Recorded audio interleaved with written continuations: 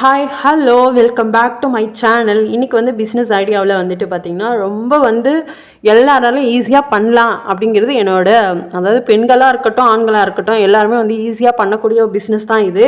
இது எப்படி பண்ணலான்னு பார்க்கலாமா வாங்க.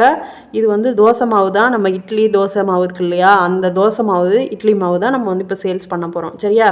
இப்போது இது வந்து சேல்ஸ் பண்ணும்பொழுது எவ்வளோ லாபம் கிடைக்குது, எவ்வளோ வந்து நம்மளால் அதில் வருமானம் வர வைக்க முடியும் நம்மளால் அப்படின்னு சொல்லிட்டு பார்க்கலாம். ஒரு பாக்கெட், அதாவது நான் இப்போ என்ன சொல்கிறேன்னா அந்த மெத்தடை நீங்கள் ஃபாலோ பண்ணிக்கணும். சரியா? நீங்கள் மாவு வந்து எப்படி சேல்ஸ் பண்ணணும், அதாவது மாவை தான் நம்ம சேல்ஸ் பண்ணணும்னு பிளான் பண்ணதுக்கப்புறம் எப்படி வேணாலும் சேல்ஸ் பண்ணலாம். அந்த ஐடியாவும் நான் அப்புறமா சொல்கிறேன் இருங்க.